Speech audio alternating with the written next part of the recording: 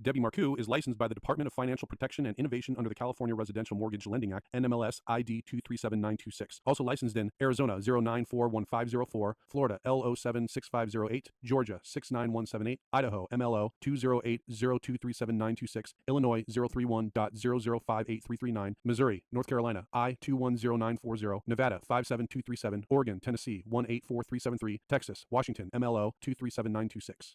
She's the mortgage mom. She can get things done when you're in need and don't know where to go. Pick up the phone and call mom.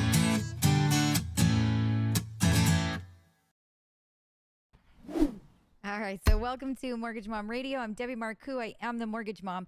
And today we are going to be honoring Memorial Day. So the one thing I do want to say is if you have questions about real estate, mortgage, any of those topics, where are interest rates going, what is going on with home values or property prices, please feel free to go ahead and put those into the feed. I am happy to answer any question whatsoever that you have regarding real estate or mortgage. That's obviously what Mortgage Mom Radio is all about. However, today, because of Memorial Day, Monday is Memorial Day, I thought I would make this a little bit more fun of a show. And we are going to talk about the history of Memorial Day. So where did it come from? What does it truly mean? You know, it is not celebrating our veterans. That is actually what Veterans Day is. So it is different. And I thought after I started reading up all of the history, you know, of Memorial Day and what Memorial Day was all about, I thought that it was really cool, and it was something that I just wanted to share with you guys. And again, just kind of have a fun show today, not talk about anything specific. So I do want to jump into that. What I did is I pulled up a really beautiful poem, and I'm going to read this poem to you guys. This was actually, it's called Decoration Day, and it was from Henry Wadsworth Longfellow. And he obviously made this back in 1882, I believe he wrote this. And I'm going to go back and I'll actually confirm that date for you. But I'm going to start with this because it is a beautiful poem. So it says, "Sleep, comrades, sleep and rest on this field of the grounded arms, where foe no more molest, nor sentries shot alarms. Ye have slept on the ground before, and started to your feet at the cannon's sudden roar, or the drum's rebounding beat. But in this camp of death, no sound your slumber breaks. Here is no fevered breath, no wound that bleeds and aches. All is repose and peace, untrampled lies the sod. The shouts of battle cease, it's the truce of God. Rest, comrades, rest and sleep, the thoughts of men shall be, as sentinels to keep your rest from danger free. Your silent tents of green we deck with fragrant flowers. Yours has the suffering been, the memory shall be ours." So I thought that was just a beautiful poem, and so I did want to read that to you. Again, this is, I'm just going to take this show to give the history of Memorial Day and make sure, you know, that everybody knows exactly where it came from and what its true meaning is. So if you actually do a quick, what does Memorial Day celebrate? And you do a really quick, Google search, your AI comes up with Memorial Day observed on the last Monday of May is a day to honor and mourn the men and women who died while serving in the U.S. military. It's a time to remember their sacrifices and show gratitude for their service. But it did actually begin from the Civil War. So origins, Memorial Day originally started as a way to honor those who died in the Civil War. It is a day to reflect on the sacrifices of those who died in service to the country, both during wartime and peacetime.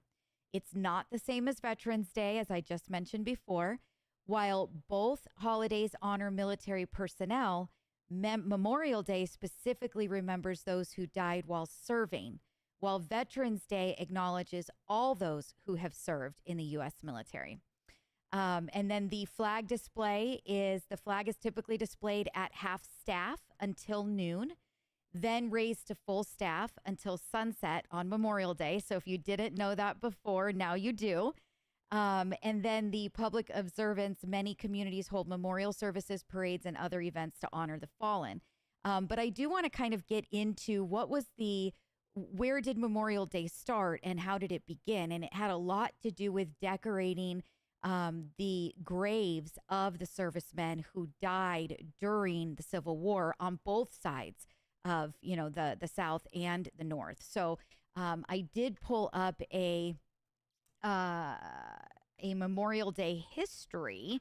So I actually went to the National Cemetery Administration on the VA website, and I did actually pull up what they wrote about Memorial Day. And oh my goodness, there was so much information that I had never heard before that I didn't know. So obviously, we all know it's Memorial Day. We all know that it's patriotic. We all enjoy our day off. We all fly our flags. I did not know that you are supposed to fly your flag at half mast until noon, and then you are supposed to raise it to full at that point. So that is something that I learned. But I also did not know that there was honestly a difference. So, I looked at Memorial Day almost very similar to Veterans Day, and it truly is not. It is really for the fallen. But getting into the history of it, I thought was really super neat. So I wanted to kind of read this to you guys. Again, this is just a fun show. Yes, I am Mortgage Mom Radio. Yes, you are more than welcome to ask me any kind of questions that you might have about mortgages, loans, interest rates, and real estate. But today I really just wanted to honor the Memorial Day holiday, and I wanted to give a quick history lesson since, to be honest with you, I actually got a lot of history out of this. So in the early years, again, this is straight up from the National Cemetery Administration. It says Memorial Day, a federal holiday held the last Monday in May, is the nation's foremost annual day to mourn and honor its deceased servicemen and women. Originally called Decoration Day, it was formalized by Memorial Day order issued by Grand Army of the Republic Commander-in-Chief John A. Logan in 1868. The modern proclamation calls on Americans to observe Memorial Day by praying according to their individual religious faith for permanent peace. So here's where they start off, and they start to explain in the early years. So in the waning years of the Civil War, 1861 to 1865, and immediately afterwards, communities in the North and South, black and white, decorated soldiers' graves with floral honors on springtime decoration days. The practice of strewing flowers on graves has been documented from classical Roman times to Western Europe in the 19th century. On May the 5th, 1868, Grand Army of the Republic, so they're going to call them GAR, a politically powerful organization of Union veterans led by Major General John A. Logan, issued General Orders Number 11, or the Memorial Day Act. This issuance formally established Memorial Day as a decoration day on which the nation would remember its war dead and decorate their graves with flowers. So that was something that I did not know as well. So again, I'm 47 years old. I've obviously, lived a good life, very educated, but this is stuff that I just never really looked into or researched. It was just another day off. To me, it was just another patriotic holiday to make sure that we were giving, our service members the respect that they deserved. And that is not at all what Memorial Day is about. So in subsequent decades, competition flourished to claim and where the first such gathering occurred in one way or another. Recent scholarship, however, points to the ladies of Columbus, Georgia, who in April 1866 lobbied for a clearly defined Memorial Day on which to place flowers on the graves of Civil War dead. So that's different. I did not know that at all. General Logan was aware of these memorial efforts and their origin. In a speech given at an 1866 Independence Day celebration in Salem, Illinois, he spoke of the practice of floral tributes in the context of post-war Black civil rights and compares traders in the South that have their gatherings day after day to strew garlands of flowers upon the graves of the rebel soldiers to a Black man who has gained his liberty by the march and prowess of American arms, who shall come along with the basket of flowers to strew upon the grave of some poor, loyal soldier, that he shall have the right to do it. Nonetheless, the GAR officially credited an anonymous comrade who had written Adjutant General Norton P. Chipman and recounted how in his native Germany it was customary to visit cemeteries and strew flowers on the graves. Then Chipman elevated it to General Logan, who added several paragraphs and issued it as General Orders 11. So Mrs. John Logan, a force in her husband's successful career, also took credit. In her autobiography, Mary S. Cunningham Logan presented the idea of placing flowers on soldiers' graves to her husband after returning from a Confederate cemetery in Virginia. Then recounted that General Logan felt it was not too late for the Union men of the nation to follow the example of the people of the South in perpetuating the memory of their friends who had died for the cause which they thought just. General Logan's adoption of the Southern custom was transparent to nearly everyone living in America in 1868. But as the author of GO 11, he was truly responsible for making it a national responsibility. There will always be more to discover in written record about the evolution of Memorial Day, but with the perspective of more than 150 years, it may be less important to identify the holiday's first observes one scholar, than to understand how profoundly the large number of claimants to its origin indicates the ubiquity of the impulse, North and South, white and black, to commemorate the dead. So it continues to go on. This is a great, great article. You guys should definitely look it up. Again, this is on the VA website, National Cemetery Administration, and literally put into your Google Memorial Day history. There was so much good to this. I mean, honestly, understanding that it was originally called Decoration Day, and that was to, give thanks to those who did die during the Civil War and putting the flowers on their graves. That was something new that I learned. There were more came of this. So as we got into World War One, once World War One was over, then they actually changed it to be less about the Civil War and more about all service members who died during wartime or peacetime, but they died for their country. And so this is a weekend of mourning. This is a weekend of celebrating those who do help us to maintain our freedom. Definitely, you guys make sure that you've got your flags, you've got them out on your homes. Observe that you should have that flag flying at half mast up until, afternoon, and then you can put it all the way up for the remainder of the day.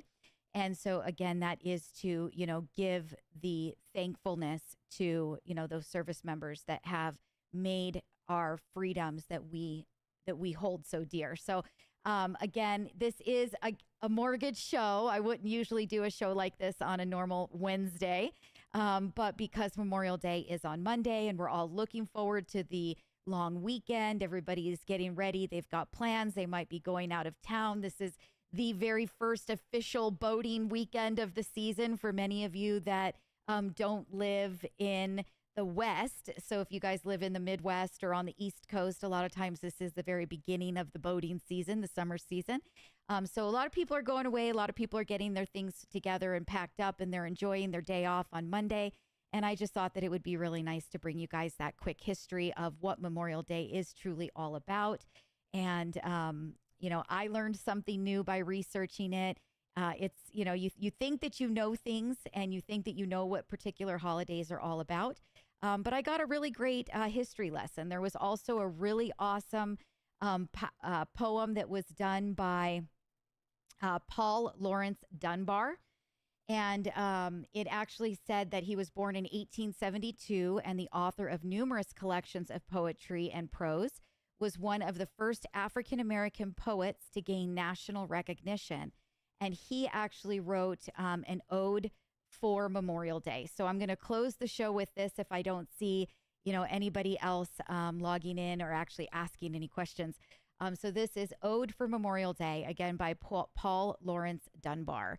So it said, done are the toils and the wearisome marches. Done is the summons of bugle and drum. Softly and sweetly the sky overreaches, sheltering a land where rebellion is dumb. Dark were the days of the country's derangement. Sad were the hours when the conflict was on. But through the gloom of fraternal estrangement, God sent his light and we welcome the dawn.